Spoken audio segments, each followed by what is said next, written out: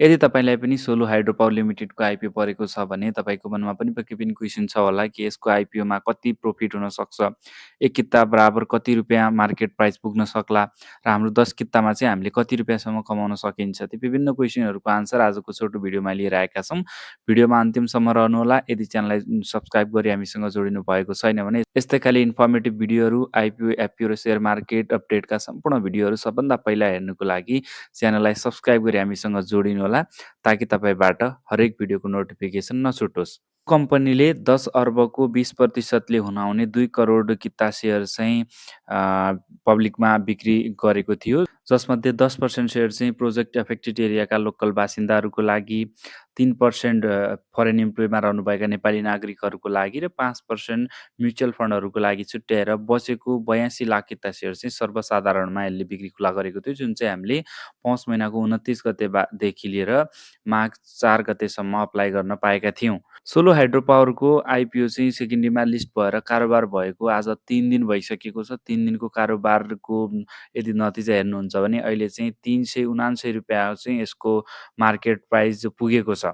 यसको आइपिओ चाहिँ सेकेन्डरी मार्केटमा 330 रुपियाँमा ओपनिङ भएको थियो र पहिलो दिन 330 रुपियाँ र अर्को दिन 363 रुपियाँ र फेरि 10% सर्किट हानेर चाहिँ 379 रुपियाँ चाहिँ यसको 1 किताको प्राइस सेकेन्डरी मार्केटमा पुगेको छ।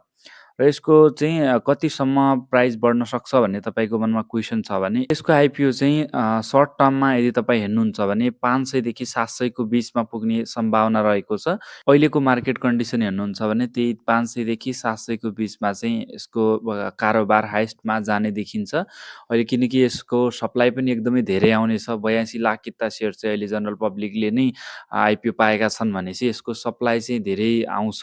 छिट्टै आइपिओ बेचेर प्रफिट बुक गर्ने सोचले चाहिँ धेरैजनाले यसमा चाँडै आफ्नो आइपिओ चाहिँ बिक्री गर्नुहुन्छ। त्यो कारणले पनि यसमा चाहिँ सप्लाई अलि धेरै आउने सम्भावना रहेको हुनाले तपाईँले यदि सर्ट टाइममा सेल गरेर प्रफिट बुक गर्ने सोचमा हुनुहुन्छ भने 500 देखि 700 को बिचमा जति बेला अल टाइम हाईमा पुगेको हुन्छ हैन, त्यति बेला चाहिँ तपाईँले यसको आइपिओ बेचेर आफ्नो सर्ट टाइम प्रफिट बुक गर्न सक्नुभयो भने एकदमै राम्रो रहन सक्छ। किनकि पछि तपाईँले फेरि 1-2 वर्ष, 6 महिना, 7 महिनापछि म बेच्छु भन्नुहुन्छ भने त्यति राम्रो मार्केट प्राइस चाहिँ तपाईँले नपाउने सम्भावना देखिएको छ यो आइपिओमा चाहिँ। किनभने यसको आइपिओ चाहिँ धेरैलाई परेको छ। त्यही भएर तपाईँ यदि सर्ट टाइम प्रफिटको लागि सोच्नु भएको छ भने चाहिँ 500 देखि 700 को बिचमा आइपिओलाई बेच्न सक्नुहुनेछ। र यदि लङ टाइमको लागि हो भने लङ टाइममा पनि त्यति नराम्रो फन्डामेन्टल चाहिँ छैन।